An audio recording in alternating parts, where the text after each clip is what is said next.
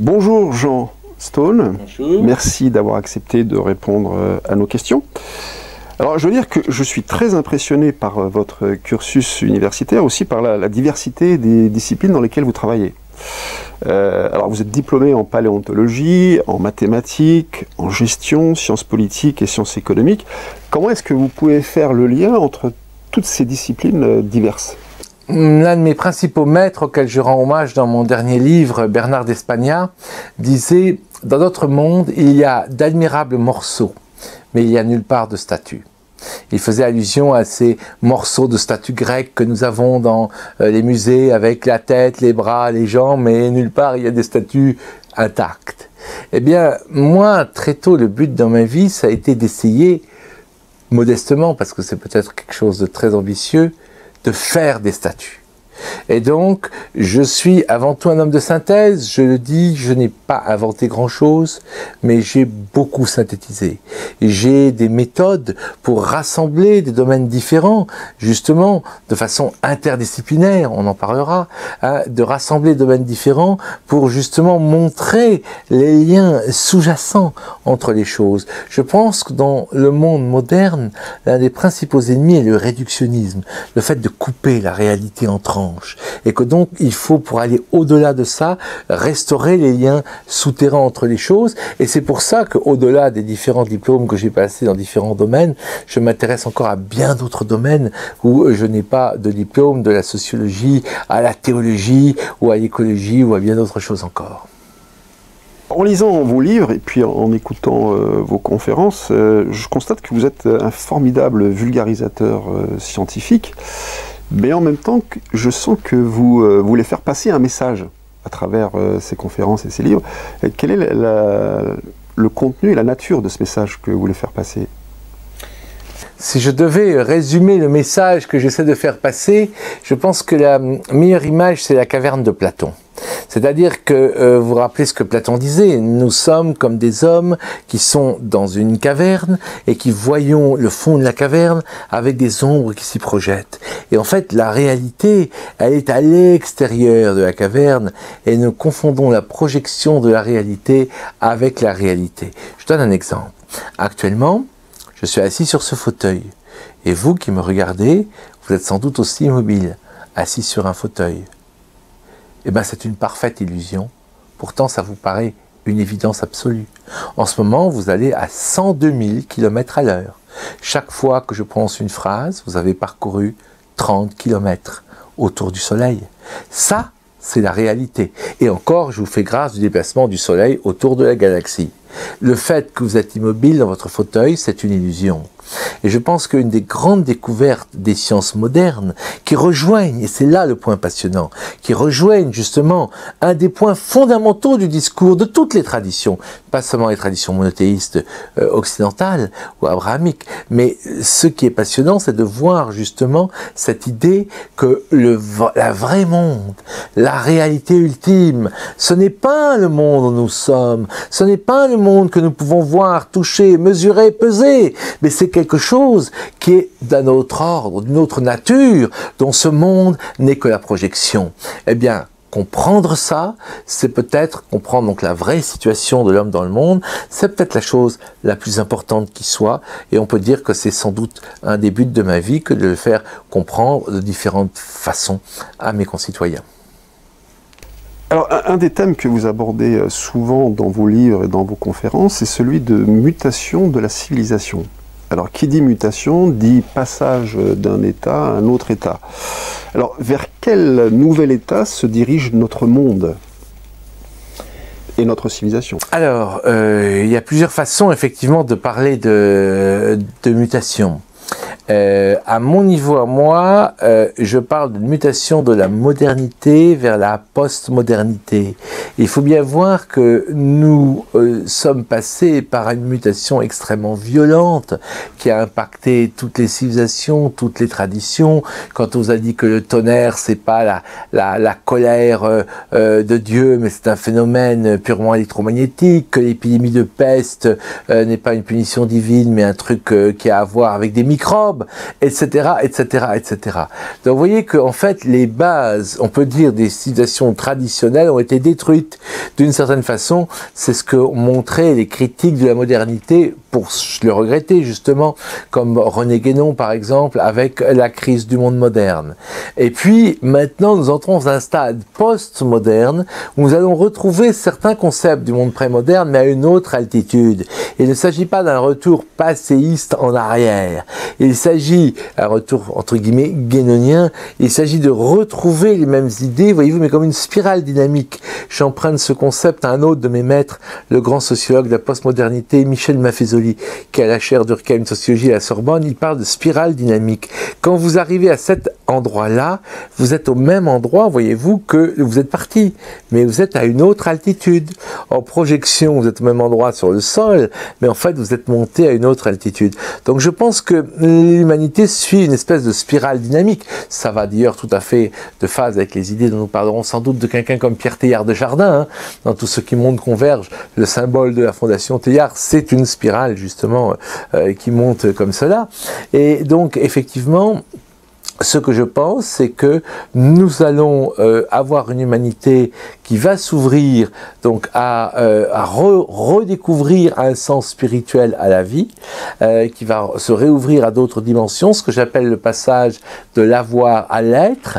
Je ne suis pas le seul à le dire. Vous avez tout le mouvement, par exemple, des créatifs culturels, un livre fameux écrit par deux sociologues américains, Ray et Anderson, il y a 18 ans, qui a été traduit en français, et qui vous montre l'émergence, justement, de nouvelles classes de gens qui représentent, c'est pas rien, 30% de la population aux États-Unis, en Europe et au Japon, de façon très inégale.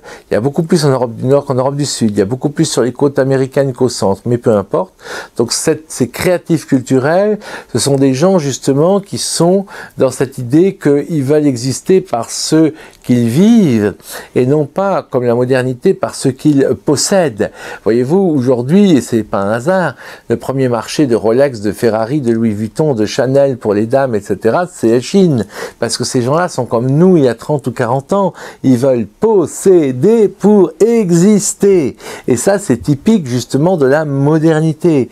Et donc, on voit déjà l'arrivée de cette nouvelle civilisation, qui est encore minoritaire, mais quand même avec une forte minorité, qui va justement mettre ses valeurs dans l'être. Et donc, ce ne sera peut-être pas aussi quelque chose aussi radical que certains l'imaginent. Je pense à certaines affirmations qu'on va dépasser la mort par une vie spirituelle ou des choses comme ça. Non, mais ce sera effectivement dans notre monde à nous une étape, je pense, plus informée au sens d'information de l'être pour l'être humain. Maintenant, il y a d'autres théories, on pourrait en parler peut-être, de gens qui envisagent des mutations plus radicales, qui envisagent un homo futurus, qui envisagent d'autres choses. Moi, je pense simplement, plus modestement, en une petite mutation, je n'oserais même pas dire de conscience, mais des attentes en quelque sorte des consommateurs et de salariés de base, même si ça prendra encore à mon avis un certain temps, et même s'il y aura des hauts et des bas. On voit cela par exemple dans les jeunes qu'on appelle les millennials aujourd'hui. Avant, avoir une voiture, c'était le premier objectif d'un jeune à 18 ans. Aujourd'hui, beaucoup de jeunes de 18 ans se foutent totalement d'avoir une voiture. À campagne, c'est parfois obligé d'en avoir, mais en ville, en tout cas, ils n'en ont pas. Ils la louent sur Autolib, ou alors même ils sont même pas le permis et ils vont louer un vélo sur Vélib. Ils font pas de l'appartement, ils font du couchsurfing au lieu d'acheter un appart. Ils n'ont pas les traites de la voiture et de l'appart à payer. Nous sommes dans une nouvelle relation vis-à-vis de la possession et c'est là où je vois une des racines de cette nouvelle façon d'être. Cher Jean, je vois que vous êtes plutôt d'un tempérament optimiste en général quand je vous écoute lors de vos conférences. Pourtant, les signes à l'heure actuelle sont plutôt extrêmement, on va dire, anxiogènes, inquiétants. Le réchauffement climatique, la destruction des ressources naturelles. Est-ce que vous pensez qu'on va franchir le cap? Est-ce qu'on va arriver à une civilisation globale de type 1, par exemple, selon la définition de Kardashev et Dyson? La question, évidemment, est très importante et on ne peut pas donner une réponse certaine. Moi, je suis quelqu'un d'optimiste, mais je dis souvent que je suis optimiste à moyen terme, pas à court terme. Je m'explique pourquoi. L'humanité, elle ne sait pas faire ça. Elle fait ça, et ça, et ça, et ça, mais elle ne sait pas faire ça. Elle fait trop de capitalisme, trop de socialisme, trop de richesse, trop de redistribution, trop de... etc. Elle ne sait pas trouver le juste milieu. Il est très intéressant de voir qu'il n'y a qu'une seule période comparable à la période actuelle, et nous étions que 1,5 milliard sur Terre au lieu de 7,5 milliards. C'est la période du passage du monde agraire au monde industriel. Il faut relire Dickens, il faut relire Zola, il faut relire ces gens-là. Dickens a dit une phrase géniale. Il a dit « Ce qui se passe actuellement sous nos yeux est la pire et la meilleure des choses de l'histoire humaine. » Eh bien, je vous dirais la même chose. La pire et la meilleure des choses de l'histoire humaine. Des millions de gens ont eu leur vie brisée. Des millions de gens ont été jetés sur les routes. Des millions de gens sont morts dans la puanteur polluée des cités. Et pourtant, aujourd'hui, nous vivons 100 fois mieux que les gens d'il y a 2 siècles. L'espérance de vie était de 30 ans à l'époque. Un tiers des enfants mouraient avant l'âge adulte. Rappelez-vous que Montaigne ne se rappelait même pas de combien d'enfants il avait perdu. C'était basique. Montaigne, dans ses écrits, dit « J'ai perdu 3 ou 4 enfants en bas âge ». Aujourd'hui, on perd un enfant, c'est un drame pour les 50 prochaines années de votre vie. Montaigne pouvait perdre 3 ou 4 enfants, il s'en foutait, parce que c'était normal. On a oublié cette vie-là. Et on a oublié les résistances. Nous sommes à Lyon. À Lyon, il y avait les canuts lyonnais qui détruisaient les machines à tisser, qui prenaient leur job. En Angleterre, il y avait les Luddites qui cassaient n'importe quelle machine. Dès qu'ils voyaient une machine, ils la cassaient. Et ils ont tous été exterminés par l'armée, mais ils auraient pu gagner et il n'y aurait pas eu de révolution industrielle. Donc on a oublié les troubles, on a oublié les souffrances. Et bien ça va être pareil. Des millions de gens vont perdre leur emploi, des milliers de choses vont être détruites. Il y aura des troubles colossaux. Malheureusement, je suis obligé de dire que le populisme est prédit par mon modèle et que Trump, le Brexit, tout ce que nous voyons actuellement est logique. C'est les gens qui ont peur de l'avenir, les gens qui ne comprennent pas la mutation en cours, les gens qui veulent qu'on construise des murs. Tous ces gens-là, un jour, ils vont faire des troubles encore beaucoup plus importants. Je prédis qu'il y aura des attentats contre les serveurs Internet. Ça servira à rien. Internet est fait pour résister aux bombes nucléaires, vous le savez sans doute. Donc les messages, les protocoles IP, ça passe dans tous les sens. Mais peu importe, il y aura des attaques contre les serveurs Internet, il y aura des attaques contre Google, il y aura des attaques contre tout ça. Il y aura des réactions de colère et de désespoir. Bref, je ne suis pas optimiste à court terme. Par contre, je suis optimiste à long terme. Et même, parce qu'à long terme, comme dit Keynes, on sera tous morts. Donc il n'y a pas beaucoup de mérite à être optimiste à long terme. Non, je suis optimiste à moyen terme. À moyen terme, ça veut dire à l'échéance d'une demi-vie humaine. Je pense qu'on vivra dans un monde tellement meilleur qu'on ne voudra pas revenir au monde de 2018. Comme vous ne voulez pas revenir vivre à Lyon en 1800, avant la révolution industrielle et technologique et tout ce qu'elle nous a apporté en termes de durée et de qualité de vie. Donc on sera dans un monde drôlement meilleur, mais on va vachement baver pour arriver dans ce monde meilleur. C'est en tout cas comme ça que je vois les choses. Maintenant, je n'exclus pas la possibilité d'un crash global de notre civilisation si nous sommes vraiment trop bêtes pour ne pas saisir les opportunités qui s'offrent à nous, dont on pourrait peut-être parler, je ne sais pas si c'est prévu, mais ce que j'appelle l'écologie positive dans mon livre Les clés du futur, parce que les nouvelles formes justement d'écologie, les nouvelles formes de circuits courts, les nouvelles formes d'économie circulaire, etc., il y a des solutions tellement enthousiasmantes que nous avons la possibilité de construire dès maintenant une humanité de 10-20 milliards de personnes sur Terre sans aucun problème. Le problème, il est dans notre tête. Le problème, il est dans la non-adoption des solutions. Et donc, je me bats pour faire connaître ces solutions-là. Et donc, je n'exclus pas, bien sûr, un crash global. Mais comme je vous l'ai dit, je suis globalement optimiste à moyen terme. Est-ce qu'on assiste à notre époque à la fin du matérialisme tel qu'on concevait au XIXe siècle ou au début du XXe siècle? Et si oui, pour quelles raisons? Pourquoi est-ce que le matérialisme va disparaître, selon vous? Alors, le matérialisme classique va disparaître, mais il ne le sait pas encore. Et comme le dragon, vous savez, qui est touché mortellement, et le dragon, quand il est touché mortellement, il fait des grands coups de queue. Et ces grands coups de queue détruisent tout sur leur passage. Je pense que face au matérialisme, nous sommes à peu près dans ce genre de situation. Je dirais que, c'est pas moi qui le dis, mais j'aime bien prendre des auteurs parfaitement agnostiques, dont je vous garantis l'agnosticité, si j'ose dire, ou l'agnosticisme, qui sont les deux physiciens quantiques, Sven Ortoli et Jean-Pierre Farabod, auteurs de ce ce grand classique, il y a maintenant 30 ans, le Cantique des Quantiques, qui est en permanence réédité.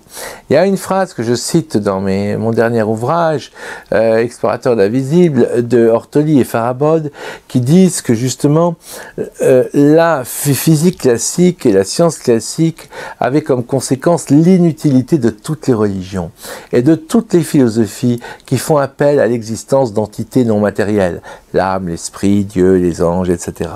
Et il dit, mais voilà, la physique quantique a montré deux choses. Je cite de mémoire, la situation est un peu différente, mais je ne la trahis pas. La physique quantique a montré que la réalité ultime n'est pas constituée d'objets, mais de nombres, d'abstractions mathématiques, qui en plus sont non locales, peuvent s'étendre sur tout l'espace. La fameuse non-localité quantique, qu'ils ont très bien vulgarisée, ils ont été parmi les premiers, Ortoli et Farabod. Et ils disent, texto, cela a porté un coup fatal au matérialisme classique. Donc c'est pas moi qui le dis, c'est eux. Attention, j'attire votre attention sur le fait qu'ils parlent d'un coup fatal au matérialisme classique, pas à toute forme de matérialisme. Un matérialisme de science-fiction est encore possible. Un matérialisme qui, par exemple, imaginerait, pour éviter les problèmes philosophiques liés à l'interprétation de la mécanique quantique, que quand nous sommes au restaurant, si vous choisissez le dessert et moi le fromage, l'univers va se diviser en 4. Avec toutes ces galaxies, avec ces milliards d'étoiles et de planètes, il y aura un univers où on aura tous les deux pris le fromage, un univers où il y aura tous les deux pris le dessert, et un univers fromage-dessert et dessert-fromage. J'ai parlé avec de grands scientifiques quantiques anglais, et j'aurais demandé, vous croyez vraiment à ça? Et ils m'ont dit, ouais, on venait de choisir le fromage et le dessert au restaurant. Pourquoi? Parce que ça montre jusqu'où peut aller l'esprit humain pour, quand il a des œillères, comme l'avaient avant les gens de l'Inquisition, qui étaient les spiritualistes de l'époque. Et ben aujourd'hui, ce sont les matérialistes qui ont des œillères et qui sont prêts à adopter des théories aussi farfelues que celles des univers parallèles avec subdivision chaque fois qu'il y a un choix, la théorie que je viens de vous décrire, pour éviter les problèmes philosophiques. Donc le matérialisme est encore possible, mais il est, et c'est ça qui est intéressant, beaucoup moins rationnel. Le matérialisme, c'est voulu quelque chose de rationnel, c'est voulu quelque chose de basé dans la raison. Alors que justement, toute ma démarche, comme je dis parfois, quand je m'emporte un peu, je dis, on va jouer au foot sur terrain adverse. Vous savez, c'est comme la Coupe d'Europe de foot. On va jouer en foot sur terrain adverse et on va les mettre minables sur leur terrain. C'est-à-dire qu'on va utiliser, en tout cas c'est ce que je fais dans Notre Existence a-t-elle un sens, mon premier best-seller, moins dans le dernier où je vais un peu plus loin, je n'utilise que des faits scientifiques. Par exemple, je n'ai pas parlé de NDE, je n'ai pas parlé de parapsychologie dans Notre Existence a-t-elle un sens. J'avais un chapitre là-dessus, je l'ai viré. Pourquoi? J'ai voulu que chaque chapitre respecte la règle, tout ce qui est publié dans ce livre et publié dans des revues à référer constitue une science reconnue. On n'a pas besoin de rajouter des choses qui viennent des marges de la science, qui sont de la science underground, en quelque sorte, hein, la science souterraine non reconnue, pour avoir une autre vision du monde. En jouant avec les règles du jeu, des rationalistes, de la raison, de la modernité, de la science classique, on va les dépasser eux-mêmes. C'est ça mon grand projet. Et c'est ça, je pense, le grand projet que le nouveau paradigme doit se fixer. Parce que si on part dans un au-delà de la science, ben c'est facile, évidemment, de montrer que tout est esprit, tout est machin, etc. Mais là, non. Il faut montrer ça dans leur domaine, avec leurs règles. Et le fait que, selon moi, évidemment, ils le nieront, mais que, selon moi, on peut le faire, c'est ça qui porte un coup fatal au matérialisme classique et qui rend le matérialisme moins crédible sur un plan rationnel que le non-matérialisme, ce qui constitue un très savoureux retournement de situation. Donc on se sert des outils de la science, des méthodes scientifiques, pour contrer ces théories matérialistes. On est sur le terrain de la science la plus dure, et non pas sur la science un petit peu spéculative. C'est ça un peu l'idée. Hein. Oui, vous avez très bien décrit quelle est ma démarche épistémologique.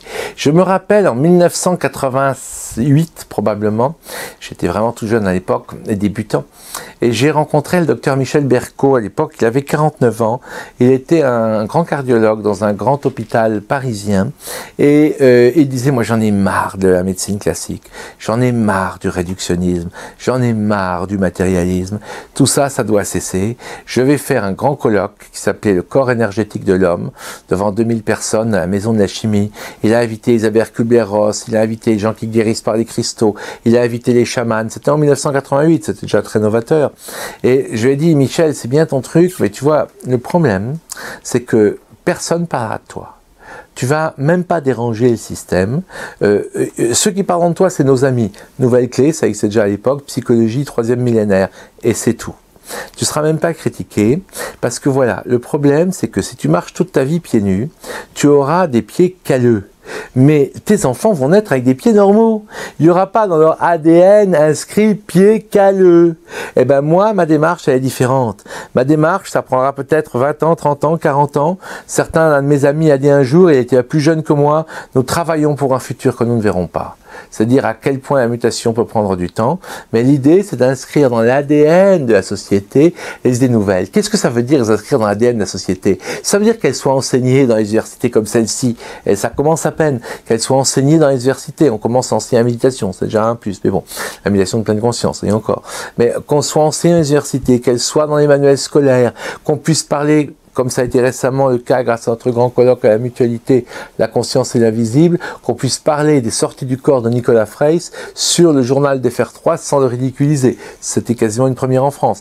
Mais c'est juste le début du début. Il faut arriver à inscrire cela dans les grandes revues scientifiques, dans l'ADN de la société. Et Michel Berco m'a dit, ouais, Jean, c'est très bien ton truc, mais on est en 88, mais dans 10 ans, tout ça, ce sera mort. Tout ça, il y a une pression de la base pour les médecines douces, pour une nouvelle thérapie. Il y a une insatisfaction globale vis-à-vis de la médecine, tout ça, ça va exploser. Et de toute façon, voilà, c'est la grande opposition que j'entends souvent dans nos milieux à nous, les milieux que j'appelle underground, entre la mutation par une pression de la base et ma démarche beaucoup plus difficile d'un changement dans l'ADN de la société par le haut. Michel Berco a fait son colloque, il y a eu un grand succès, personne n'en a évidemment parlé. Il y a eu un petit bouquin de rien du tout, le corps énergétique de l'homme, qui reste, et c'est la seule chose qui reste parce qu'il a refait un autre colloque, il s'est planté, il a dû vendre, hypothéquer sa maison, et il est mort d'une crise cardiaque, quand même pas 50 ans, à peine 50 ans, lui qui était un cardiologue. Grande ironie du sort, et il ne reste rien de la démarche de Michel Berco. Très triste. Malheureusement, je suis obligé de dire que j'avais raison.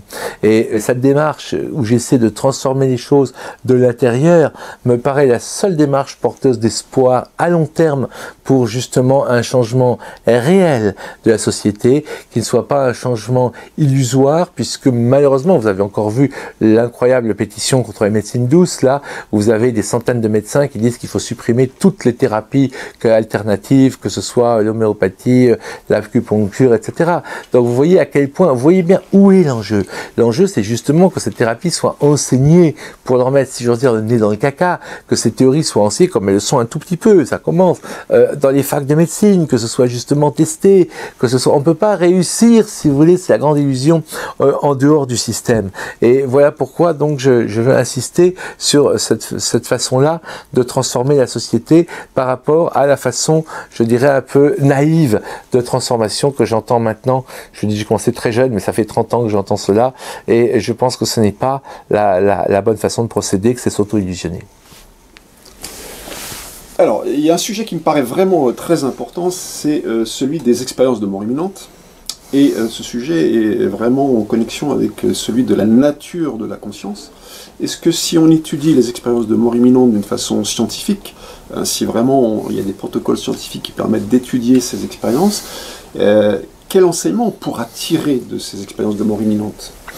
L'intérêt des expériences de mort imminente, c'est que, en fait, elles peuvent arriver à n'importe qui, que l'on soit juif, bouddhiste ou athée, croyant, non croyant, et c'est pas comme le sujet toujours bien sûr très débattu de la parapsychologie, où on a des gens qui sont en général des sujets psy particuliers, et donc il y a toujours un soupçon, etc. Donc, est-ce qu'ils sont des tricheurs ou non? Enfin, il y a toujours des débats depuis un siècle là-dessus. Donc, l'EMI, sa grande caractéristique, c'est de pouvoir se produire justement sur n'importe qui et n'importe quand. Et donc ça, j'y vois donc un potentiel très intéressant. Maintenant, il faut recueillir les témoignages de EMI. Il y a une grande étude qui s'appelle Aware par Sam Parnia qui a commencé un petit peu dans le bon sens, mais ils ont encore très peu de résultats. Ils ont un seul résultat qui va dans le sens que j'indique. C'est-à-dire qu'en fait, il faudrait mettre des patients sur des lits avec la tête du patient ici au moment d'une réanimation. Quand on enclenche le mécanisme de réanimation, genre défibrillateur cardiaque, ça génère générerait une image sur un appareil de télé qui serait au pied du lit et qui projetterait une image vers le haut.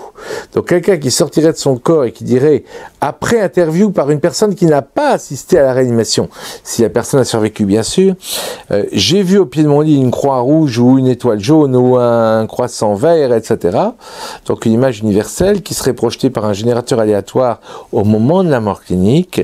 Si on avait ne serait-ce qu'un petit nombre de témoignages de ce genre, cela prouverait, non pas bien sûr la vie après la mort, mais cela prouverait qu'au moment de la mort clinique, eh bien effectivement, la conscience peut, comme vous l'avez dit, s'extraire en quelque sorte du corps. Alors évidemment, on a déjà beaucoup de témoignages de ce sens. Le plus intéressant est celui de Dr Eben Alexander, pas seulement dans son livre qui porte un titre grand public, La preuve du paradis, mais dans un petit livre de débat qu'il fait avec Raymond Moody, qui s'appelle L'évidence de l'après-vie, où il tire des conclusions, et j'ai eu l'honneur de faire une postface de 70 pages à ce débat Moody-Alexander, dans lequel j'analyse un peu la façon dont justement Eben Alexander, et c'est très cohérent avec tout le nouveau paradigme scientifique, nous explique qu'en fait nous vivons à l'intérieur d'une feuille de papier en temps normal, et que son expérience l'a fait comme sortir de la feuille et voir justement toutes les connexions en 3 dimensions qu'il y a au-delà de cette feuille. Et il dit avec insistance que la conscience est beaucoup plus riche quand elle est indépendante, en quelque sorte, du cerveau. Et donc, évidemment, ce ne sont que des témoignages, mais toute démonstration dans la ligne de l'étude que j'ai indiquée, qui pourrait aller avec un protocole rigoureux dans cette direction, peut être sans doute une des grandes voies de progrès au XXIe siècle, puisqu'effectivement, le XXIe siècle sera, à mon avis, un siècle où la question de la conscience et de la nature de la conscience humaine va être absolument fondamentale. Ne serait-ce qu'à cause des progrès du transhumanisme, qui sera là pour challenger justement tous ceux qui ont une vision non matérialiste de la conscience, en leur disant, vous voyez bien à quel point vos idées sont ringardes.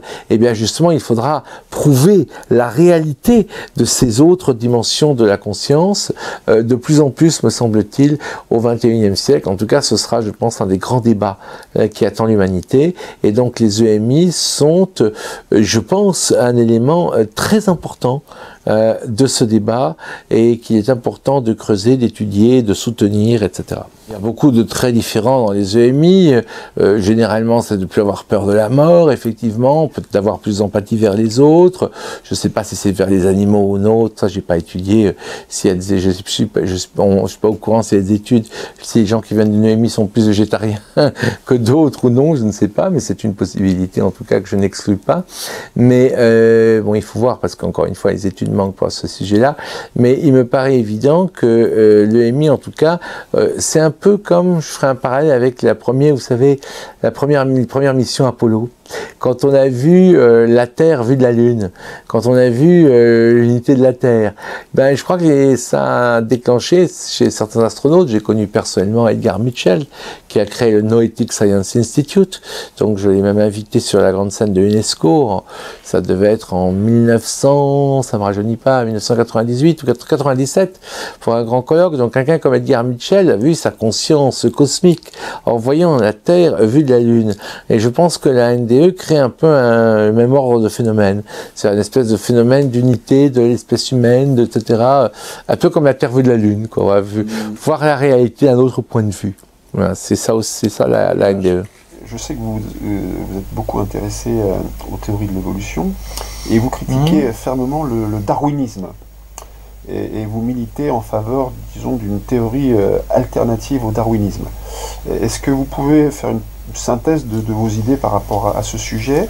Et puis alors, si l'évolution humaine a une finalité, vers quoi tend cette évolution?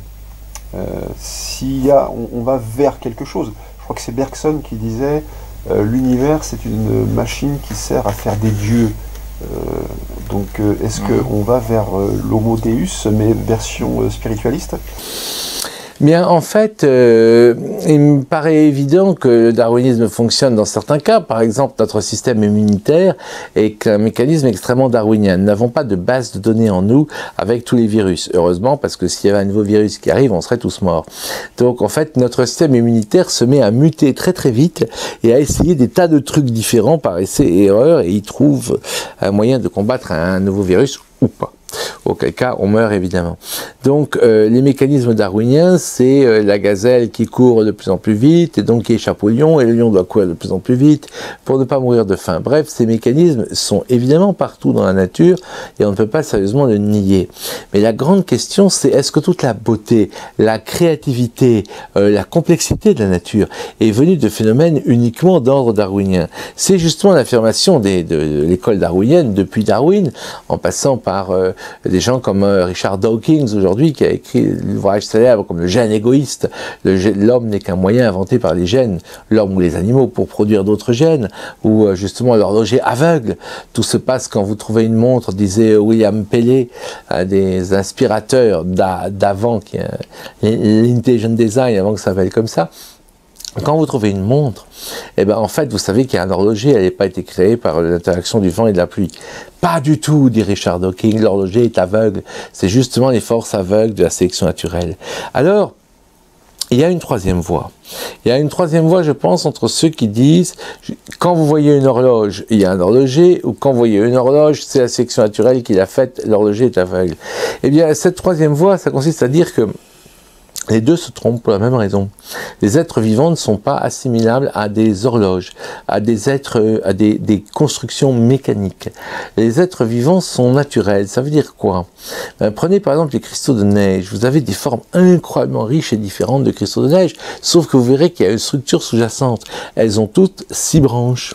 Donc les différences de température et de pression vous permettent de faire des cristaux de neige de formes très différentes, mais avec une structure en 6. Et cette idée de structure amène à ce qu'on appelle le structuralisme, qui était l'idée de grands, car il y a eu de grands biologistes évolutionnistes avant Darwin. Par exemple, Richard Owen, qui est l'homme qui a aidé Darwin à interpréter les fossiles, qui a ramené de son tour du monde et qui est également l'homme qui a inventé le mot dinosaure, qui a été donc promis un grand succès.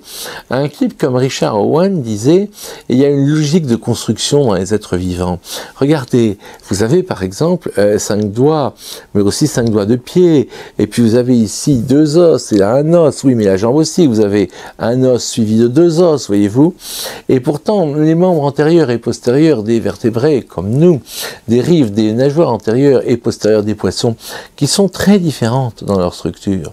Donc vous voyez qu'il y a une espèce de convergence vers des solutions identiques, vers des structures identiques. La vision de Darwin, c'est quand notre ancêtre très très lointain est sorti de l'eau, c'était plus efficace pour lui d'avoir 5 doigts que d'avoir 6 ou d'en avoir 4.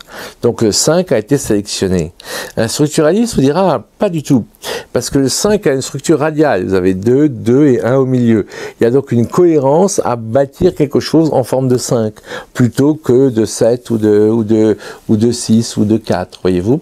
Et donc ça, cette école de pensée-là, à laquelle je me rattache, eh bien il y a aujourd'hui beaucoup de résultats, je ne vais pas vous en parler ici, je l'ai fait dans mon livre, qui s'appelle Au-delà de Darwin pour une nouvelle vision de la vie, et j'en fais une petite synthèse dans Explorateurs de l'invisible.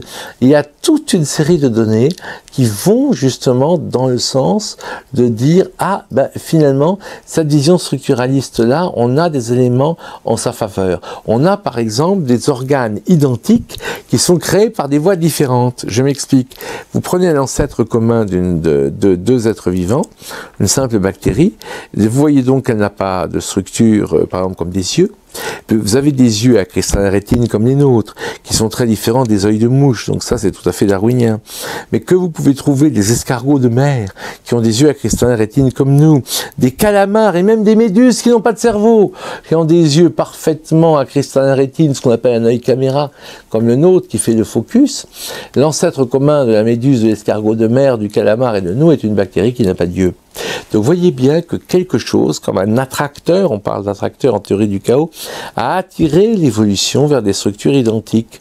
Et il n'y a pas d'explication en termes de sélection naturelle, parce que expliquez-moi à quoi sert un œil parfaitement développé chez une méduse qui n'a pas de cerveau, ou un œil aussi perfectionné que le nôtre, au bout de l'antenne d'un escargot qui se déplace à 1 ou 2 mètres à l'heure au fond de l'océan.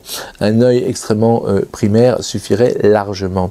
Donc cette idée, si vous voulez, qu'il y a des structures qui en quelque sorte attire des structures fondamentales qui attirent des révolutions vers des solutions identiques, cette idée-là, structuralisme, elle est très provocante parce qu'elle vous affirmera que sur d'autres planètes, vous avez aussi des formes identiques. Il y a eu un débat dans le monde lors de la sortie du film Avatar. Un scientifique a écrit, un darwinien, James Cameron, encore un effort pour être darwinien. Et il voulait plaisanter, mais il expliquait qu'Avatar était un très mauvais film parce qu'il donnait aux enfants l'impression que sur une autre planète, il y avait des gens qui certes étaient bleus, certes ils avaient une queue, mais quand même ils avaient les bras, des jambes, des oreilles comme nous. Il y avait des plantes avec des feuilles, etc., etc. Et j'ai réussi à faire passer un papier dans Le Monde, c'est pas tous les jours que j'y arrive, disant au contraire le non-darwinisme visionnaire de James Cameron, en disant mais pas du tout, James Cameron au contraire nous introduit aux théories de l'évolution les plus avancées. Et là il y a eu un grand débat avec deux autres encore articles publiés, dont, et c'est marrant, un article de deux autres darwiniens qui ont démenti le premier darwinien en disant en gros on ne peut pas donner raison à Johnstone, donc il faut absolument dire que oui, le darwinisme peut admettre qu'il y ait sur d'autres planètes des êtres identiques, alors que justement le premier darwinien disait que ce n'était pas possible, et à mon avis le premier darwinien avait raison dans la logique darwinienne. Donc vous voyez, cette idée de structuralisme, elle est testable d'abord sur Terre par cette idée de convergence envers des solutions identiques, hein. De la part, comme je vous le disais, vous avez donc une convergence vers des solutions identiques, alors que l'ancêtre commun des êtres qui sont porteurs de solutions identiques n'a pas cet organe. Mais un jour peut-être, si on reçoit une simple photo d'un autre monde, eh bien si on voit une espèce totalement différente de nous, mais qui tient dans ses mains un simple chat ou un simple écureuil, on aura une preuve, à mon avis, du fait que justement, et c'est ça la grande idée d'un très grand biologiste qui a la chaire de paléontologie à Cambridge, donc il n'est pas un farfelu, Simon Conway-Morris, eh bien il a osé écrire que effectivement les formes, quand je parle de formes fonctionnelles, c'est par exemple la forme félin, hein, pour tous les chats, les panthères, les tigres, les lions, et la forme canidée pour les renards, les chiens, les loups, et la forme par exemple humanoïde pour nous. Ces formes fonctionnelles sont prédéterminées depuis avant le Big Bang. Donc nous sommes dans une vision quelque peu platonicienne, où il y a en quelque sorte des archétypes, des formes fondamentales qui vont ensuite attirer la matière vivante, qui est de la matière informée, avec de l'information, vers justement un certain nombre de solutions. En d'autres termes, eh bien, dans l'univers, tout n'est pas possible, et il suffirait que demain on reçoive une photo d'une autre planète pour effectivement voir sur cette photo des formes de vie complètement inconnues de nous, mais qui tiendraient dans leurs bras un écureuil ou un chien, pour avoir la certitude de la validité d'une telle vision. Alors, tant qu'on n'a pas reçu de photos de civilisation extraterrestre, eh bien notre solution c'est de regarder sur Terre les convergences, comme j'expliquais, c'est-à-dire le fait qu'on arrive à des solutions identiques par des voies différentes alors que l'ancêtre commun n'a pas le même organe. Et bien ça c'est déjà un signe à mon avis de la validité de cette vision structuraliste et non darwinienne de l'évolution. Alors vous dites que les principes du management classique sont calqués sur ceux du réductionnisme mécaniste et puis du déterminisme de la physique newtonienne, galiléenne, et donc la science a montré les limites de ces concepts. Alors quels sont les principes de management qui vous semblent les plus pertinents à notre époque? Oui, il est évident que le management classique vient de la physique classique. Regardez, on a une vision réductionniste, chacun fait des tâches qui sont chronométrées à la seconde près sur des chaînes de montage, tout est déterminé à l'avance, tout est organisé, il n'y a plus d'incertitude. Mais c'est la physique de Newton, c'est la physique de Laplace. Laplace qui disait qu'un esprit qui connaîtrait tout le futur de l'univers pourrait, un esprit qui connaîtrait la position de toutes les particules dans l'univers et les lois qui les font interagir pourraient en déduire tout le futur de l'univers, que plus rien à ses yeux ne serait incertain. C'est ça qu'a voulu dupliquer l'organisation scientifique du travail. Elle a voulu dupliquer justement l'état de la science la plus avancée de son époque. Mais voilà, la science a radicalement changé, et vous le savez, avec la physique quantique, on a le principe d'incertitude de Heisenberg, qui nous montre que l'incertitude est fondamentale dans la nature. Avec la non-localité, nous avons des principes de non-réductionnisme. Nous ne pouvons pas réduire la réalité à ses composants de base. Il y a quelque chose qui est au-delà des composants et qui les relie, la non-localité quantique. Donc, depuis longtemps, j'ai eu l'occasion d'enseigner à des managers et d'expliquer les principes de base, ces nouveaux paradigmes scientifiques, et comment à partir de là, vous avez des idées d'incomplétude, d'incertitude, d'imprédictabilité, pensez à la théorie du chaos, et comment justement le management nouveau, eh bien, c'est plus un manager d'un Superman qui va dire à chacun d'entreprise, toi tu fais ça, toi tu fais ça, toi tu fais ça. Ça, c'est le système déterministe, ça c'est la chaîne de montage taylorienne. Le manager nouveau est comme un chef d'orchestre qui va mettre en musique la créativité de ses salariés, un chef d'orchestre qui ne produit aucun son, et pourtant il est essentiel pour que le son soit produit. C'est ça la nouvelle vision d'un dirigeant. Ce n'est plus le gars qui donne des ordres, et pourtant sa présence est essentielle par la façon dont il structure la société, par la façon dont, j'ai une autre métaphore, il est la membrane de la cellule. Regardez une cellule, il y a plein de petites usines chimiques qui produisent des sucres, des phosphates, des ATPases, etc. Mais sans la membrane, la cellule ne fonctionne pas, et pourtant la membrane ne fait rien. Elle est garante simplement de la cohérence générale de la cellule. Eh bien, le chef d'entreprise, dans la nouvelle vision du monde, qui est en phase avec ces nouveaux concepts scientifiques, le chef d'entreprise, c'est la membrane de la cellule, au lieu d'être l'usine classique, ou plutôt le chef d'usine qui donne des ordres.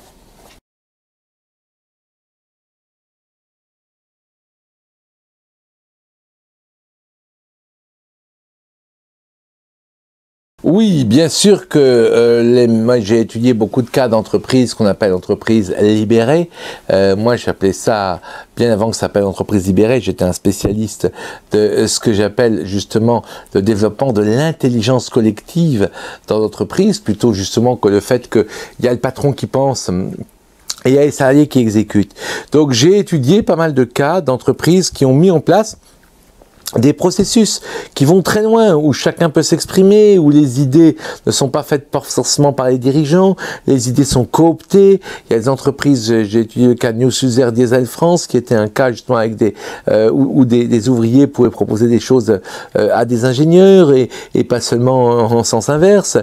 J'ai étudié des entreprises comme Gore, qui fait le produit qu'on appelle le Gore-Tex, mais Gore est une entreprise tout à fait organisée de façon incroyable. Par exemple, chez Gore, et quand vous arrivez dans l'entreprise, vous demandez votre poste de travail, on vous répond c'est à vous de l'inventer.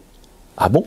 Ben pendant 3 semaines, vous errez comme une âme en peine dans la boîte et vous parlez aux gens. Et puis on vous dit, tiens, tu fais quoi dans la vie? Ah ben moi je suis ingénieur en échange moléculaire de surface. Ah ben écoute, tu vas voir là-bas, il y a une équipe qui a peut-être besoin de toi. Bon, vous voyez l'équipe, au bout de quelques jours, il y a un vote à bulletin secret pour savoir si on vous garde. Si vous n'avez pas la moyenne au vote, vous devez trouver un autre point de chute. Et si vous n'avez pas trouvé à la fin de la période d'essai votre job dans l'entreprise, ben vous partez. C'est ça, chez Gore, il faut inventer son job. Mais ça ne s'arrête pas là. Personne ne peut nommer quelqu'un chez Gore être un chef. Il y a des leaders, et ces leaders vont émerger naturellement. Par exemple, c'est une histoire vraie chez Gore, c'est une boîte qui fait beaucoup de produits, vous avez genre le Gore-Tex, des produits chimiques, etc. Mais justement, eux, ils appliquent un principe de base, ne pas avoir de cœur de métier. Alors que beaucoup d'entreprises se basent sur un cœur de métier, ce qui est une très mauvaise idée, à mon avis, dans un monde complexe. Donc un type arrive avec un projet, être le leader mondial sur le marché des cordes de guitare. Gore n'a jamais fait d'instrument de musique, ni accessoire pour un instrument de musique. Mais le gars expose son projet à une réunion, comme ça, il met une affiche, les mecs viennent ou pas, il y a des mecs qui viennent, et disent, le projet, c'est, on va mettre un produit qu'on utilise pour préserver des sérums du corps humain, les prothèses de hanche que nous fabriquons, sur des cordes de guitare, pour que ces cordes de guitare soient plus durables et qu'elles puissent résister plus longtemps au sérum des doigts. Eh bien, les gens votent à la fin, pour savoir si oui ou non c'est une bonne idée. S'il y a un moyenne, eh ben, pareil, le projet va être, quand on fait les premières étapes d'études, d'implémentation du projet, et le projet a fonctionné, ils sont devenus leaders mondiaux sur le marché des cordes de guitare. Et ben du coup, qu'est-ce qui se passe? Ce gars, il devient leader. Et il devient leader chez Gore, et il y a un poste N+1. Et pour être N+2, il faut réussir 2 projets comme ça. Et le PDG de Gore, qui est une femme, Aujourd'hui, Terry Kelly, c'est la personne qui a réussi le plus de projets avec le plus de gens. Elle est automatiquement nommée PDG de la boîte et elle dit que Gore, c'est une économie du don. Donc voilà, ça, c'est une économie où dans les autres entreprises, on garde jalousement ses idées pour soi. Et là, au contraire, ces idées, il faut les donner si on veut progresser en entreprise. Donc pour moi, si vous voulez, c'est ça qui est essentiel. Pour moi, la méditation, ça peut pas faire de mal, mais excusez-moi, mais moi, je vois ça, peut-être parce que je suis pas assez méditant, comme un gadget. Je vois ça comme un gadget par rapport à ce qui est essentiel, parce que vous pouvez méditer dans une entreprise où vous allez traiter les gens comme des merdes, et ça va pas faire avancer le schmilblick. Tandis que la vraie question, c'est justement d'exploiter le potentiel de chaque être humain, et c'est ça pour moi qui est essentiel, plus que des psychothérapies ou des... Voilà. Bon, j'espère que vous n'êtes pas déçus, mais je dis ce que je pense. Je dis toujours ce que je pense. Oui, vous pouvez méditer et traiter les gens comme des merdes, ça fera pas progresser le truc. Ouais. Alors, une question très simple. Si vous aviez un conseil à donner à de jeunes entrepreneurs qui veulent se lancer sur le marché, quel conseil donneriez-vous à ces jeunes qui créent, pour créer une start-up, par exemple? Aujourd'hui, si vous voulez, d'abord, ça n'a jamais été aussi facile de réussir. Avant, il fallait faire une étude de marché. Il fallait donner 50% de sa boîte à un business angel. Il fallait faire ensuite prendre un gros emprunt bancaire. Aujourd'hui, il y a plein de cas, que ce soit pour $8 000, $25 000 ou 12 millions de dollars. Vous avez plein de cas grâce au crowdfunding. Vous pouvez mettre un film génial sur Internet, vous pouvez motiver les gens préachètent votre produit et vous retrouvez avec 10 000, 100 000, voire 12 millions d'euros ou de dollars, 3 mois après avoir posté un film sur Internet. Ça n'a jamais été aussi facile de réussir. Bien sûr, après, il faudra implémenter votre produit, il faudra être capable d'industrialiser, une fois que vous avez encaissé l'argent. C'est un gros challenge, tout le monde n'y arrive pas. Tout le monde ne réussit pas non plus les campagnes de crowdfunding, bien évidemment. Tout le monde ne trouve pas les bonnes idées, mais il y a un outil à travers le crowdfunding, déjà pour les jeunes entrepreneurs qui n'ont pas de fortune personnelle et qui ne peuvent pas avoir accès aux emprunts bancaires parce qu'ils n'ont pas de crédibilité, qui est extraordinaire. Ça, c'est la première remarque. Ensuite, ce que je recommande, c'est toujours de remettre en cause ses certitudes, c'est toujours d'être à l'écoute d'idées nouvelles, c'est toujours de réfléchir sur comment fonctionnent les grands visionnaires. Comment fonctionne un type comme Elon Musk? J'ai beaucoup étudié Elon Musk. Regardez, il attaque en barbare. Le concept de barbare vient d'un gars qui s'appelle Oussama Ammar. Et il est assez fabuleux. Il a un site qui s'appelle 2Family. Allez le voir. Sur 2Family, les barbares attaquent. Et il vous explique que les barbares attaquent tout.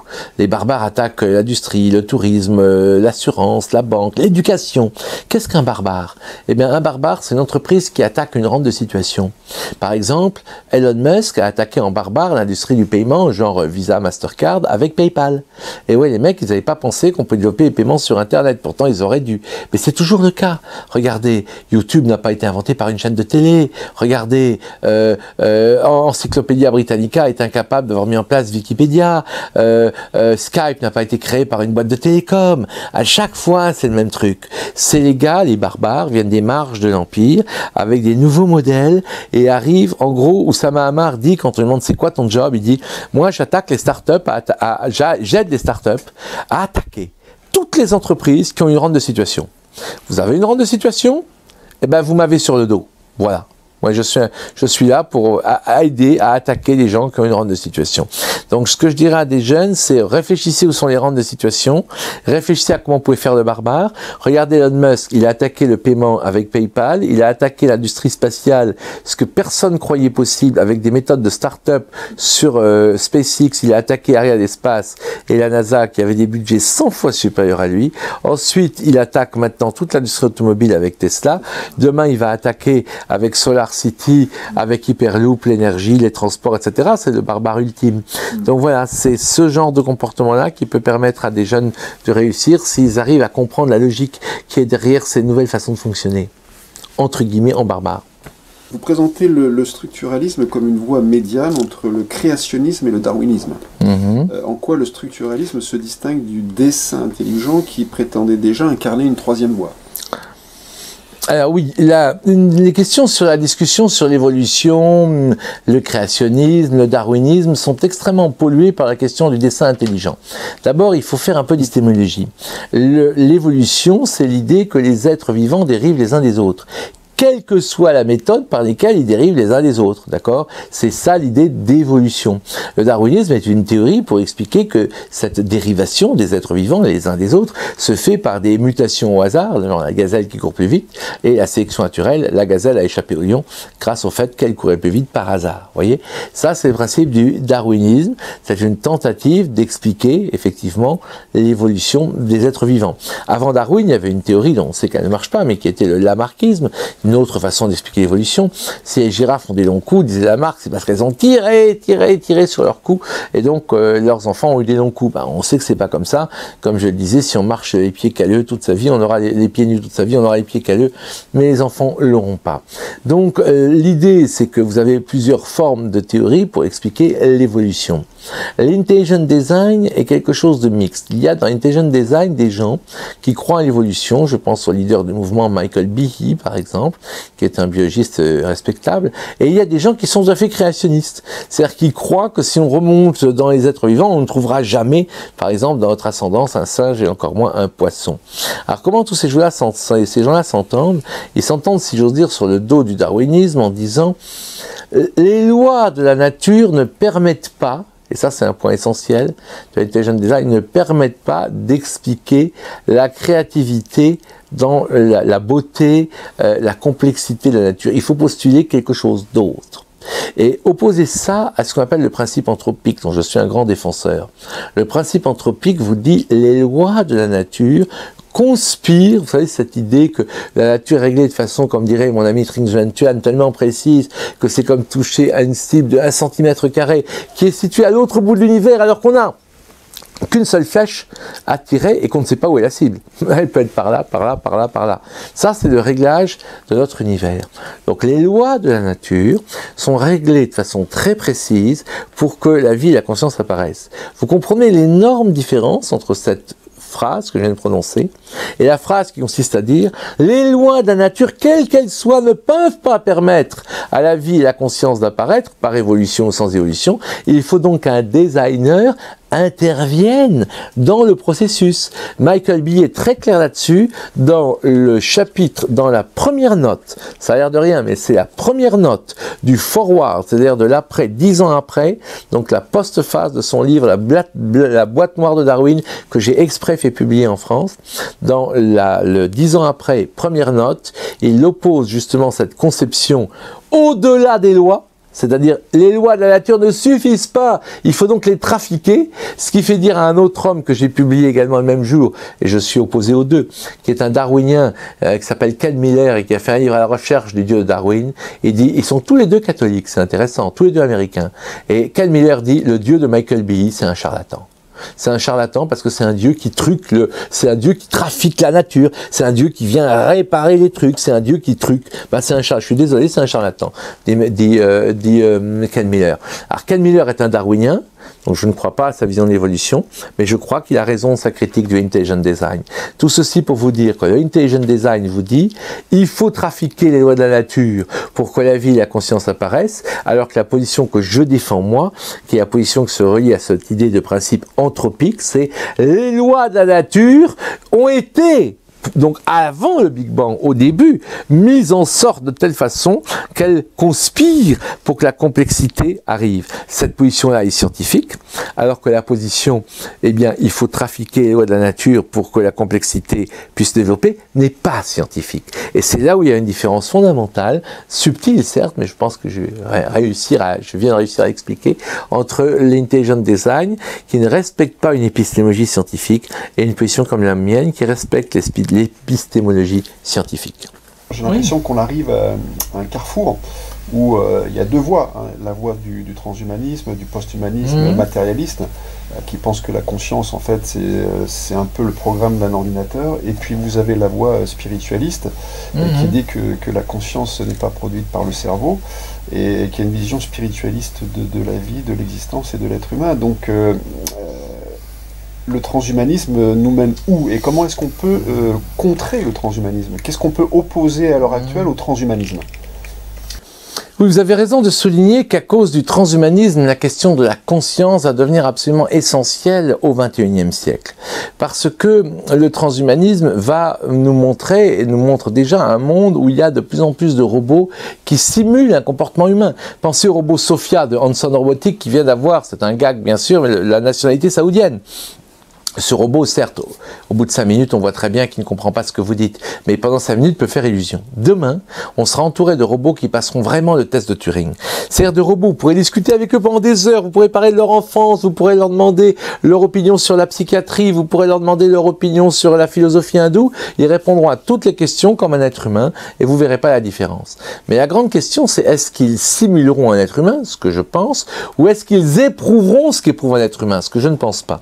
Les tenants du transhumanisme vous disent, à partir du moment où il y a des robots qui vont simuler un être humain, et ben ils finiront par éprouver ce qu'éprouve un être humain. Ils éprouveront de la peur si on va leur dire qu'on les met à la casse, ils vont éprouver de la soif quand leur batterie va s'épuiser, ou de la faim, etc., etc. Et dans ce cas-là, moi je dis, j'appelle ça le test 2001 au lycée de l'espace. C'est un test purement pragmatique. Si un robot est capable de me tuer alors qu'il est programmé pour me sauver la vie, comme le robot HAL 9001 du fameux film 2001 au lycée de l'espace, qui est là pour préserver la vie des astronautes et qui va les tuer, si le robot me tue parce qu'il a peur pour lui, pour sauver sa peau, c'est le cas du film 2001 c'est l'espace, alors je reconnaîtrai que ce robot mérite d'avoir un passeport et une carte d'identité comme moi. Mais je n'y crois pas. Je n'y crois pas sur la base du fait que la conscience est justement quelque chose de non local, que la conscience est beaucoup plus riche que quelque chose qui est émise par les composantes du cerveau, et que donc effectivement il y a une autre dimension dans la conscience que le robot ne pourra pas atteindre. Mais je peux me tromper. Et les gens comme moi, comme vous, qui croient cela, peuvent se tromper.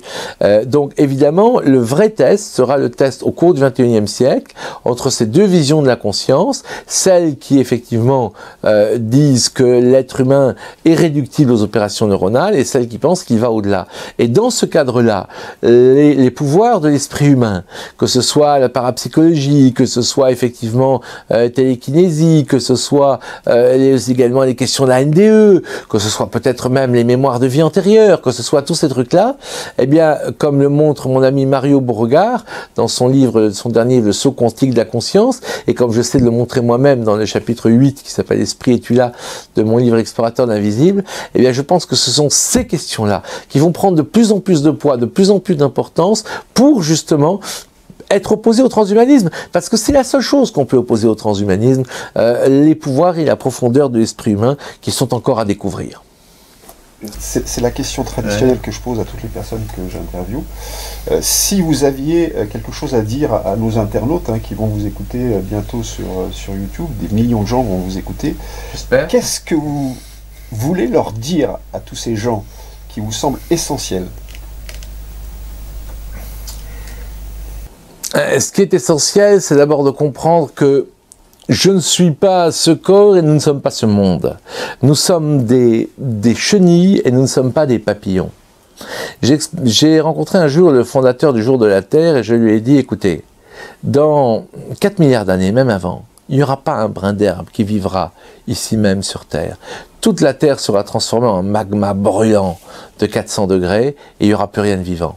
Fondamentalement, qu'est-ce qui fait la différence entre le fait que toute vie disparaisse dans 4 milliards d'années ou que toute vie disparaisse aujourd'hui? Et vous savez quoi? Le grand fondateur du Jour de la Terre n'avait pas de réponse.